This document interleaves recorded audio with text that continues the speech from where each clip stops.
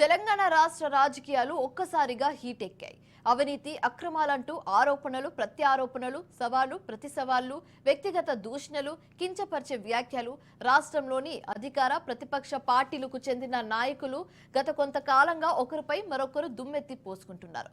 గత 10 ఏళ్ల పాలనపై విమర్శలు ఆరోపణలతో బీఆర్ఎస్ లక్ష్యంగా అధికార కాంగ్రెస్ దాడిని తీవ్రం చేస్తుంటే విపక్ష బీఆర్ఎస్ కూడా నిత్యం సీఎం రేవంత్ రెడ్డి మంత్రులు లక్ష్యంగా విరుచుకుపడుతున్నారు.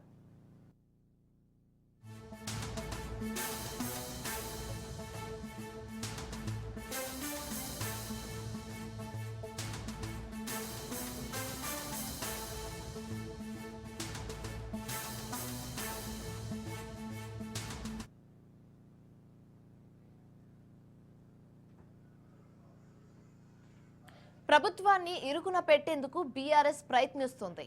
ఈ రేస్, అమృత్ టెండర్లు, ఫోన్ ట్యాపింగ్, వికారాబాద్ కలెక్టర్ పై దాడి లాంటి ఉదాంతాలు వ్యవహారాలను తమ రాజకీయ లబ్ధికి ఉపయోగించుకునేలా రెండు పార్టీలు మాటల యుద్ధానికి దిగుతున్నాయి. గల్లీలో, ఢిల్లీలో ఘాతైన వ్యాఖ్యలతో రాజకీయాన్ని వేడెక్కిస్తున్నాయి. ఇంకోవైపు మరో ప్రధాన పక్షం బీజేపీ ఈ రెండు పార్టీలపై విమర్శల జోరు పెంచుతూ పావులు కదుపుతోంది.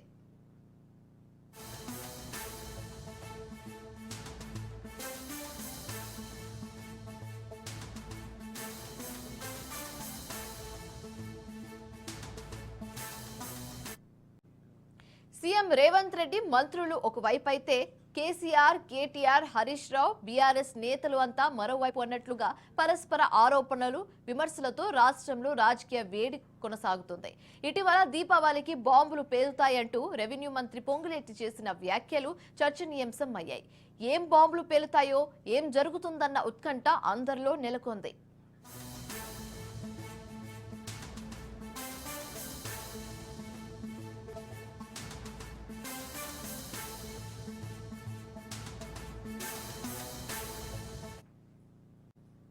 ఈ నేపథ్యంలో ఫార్ములా ఈ కార్ రేసింగ్ వ్యవహారంలో విదేశీ కంపెనీకి 55 కోట్ల రూపాయలు ఎలాంటి అనుమతులు లేకుండా చెల్లించారన్న దానిపై ఏసీపీ దర్యాప్తు ప్రారంభించడం, BRS party working president KTR పై కేసు నమోదు, విచారణకు ప్రభుత్వం గవర్నర్ అనుమతి కోరడం సంచలనం సృష్టించింది. దానికి ప్రతిగా అన్నట్లు మాజీ మంత్రి కేటీఆర్ అమృత్ టెండర్ల వ్యవహారంలో భారీ ఎత్తున అవినీతి జరిగిందని, ముఖ్యమంత్రి తన బావమర్దికి అర్హత లేకపోయినా 1100 కోట్లకు పైగా టెండర్ దక్కేలా చేశారంటూ తీవ్ర ఆరోపణలు చేశారు.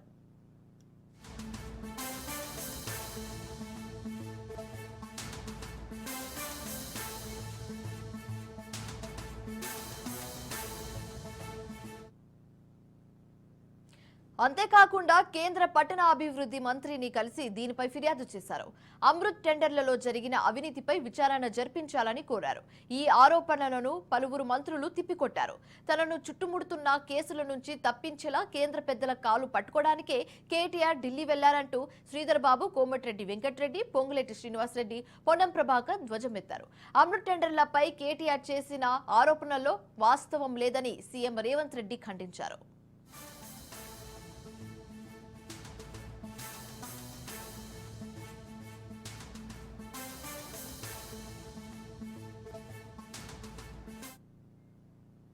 ఫోన్ ట్యాపింగ్ కేసు ఇప్పుడు పోలీస్ అధికారులను దాటి బీఆర్ఎస్ మాజీ ఎమ్మెల్యేల దిశగా సాగుతూ ఉండడం కూడా వేడిని రాజేస్తుంది.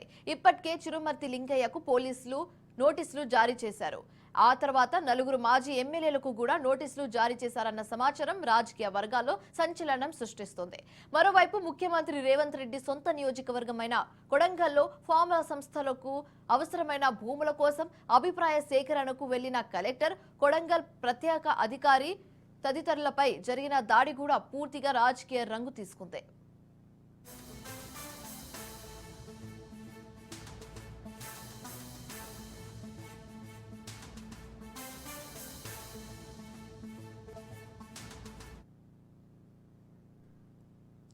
ముందస్తు ప్రణాళికతోనే అధికారులపై దాడి జరిగిందని, దీనికి సూత్రధారి బీఆర్ఎస్ పార్టీ నాయకుడు సురేష్ అని ఆయన మాజీ ఎమ్మెల్యే పట్నం నరేందర్ రెడ్డికి దాడికి ముందు 10 సార్లు కాల్ చేసినట్లుగా అధికార పార్టీ ఆరోపణలు చేస్తుంది.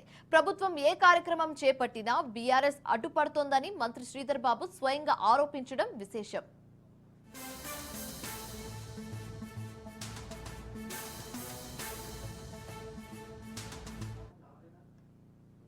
కాగా అధికారులపై దాడులను ఖండిస్తేనే అమాయక రైతులను అరెస్ట్ చేస్తే సహించేది లేదని బీజేపీ ఎంపీ ఈటెల రాజేందర్ వ్యాఖ్యానించారు. దాడిలో పోలీసుల వైఫల్యం ఉందని మరో ఎంపీ కొండ విశ్వేశ్వరరెడ్డి విమర్శించారు. లగచర్ల ఘటనపై ప్రజాగ్రహానికి నిదర్శనమని సిపిఎం పార్టీ వ్యాఖ్యానిస్తే అధికారులపై దాడిని ఒక పార్టీకి అంటగట్టడం రైతుల కేసులో ఇరికించవద్దని సిపిఐ సూచించింది.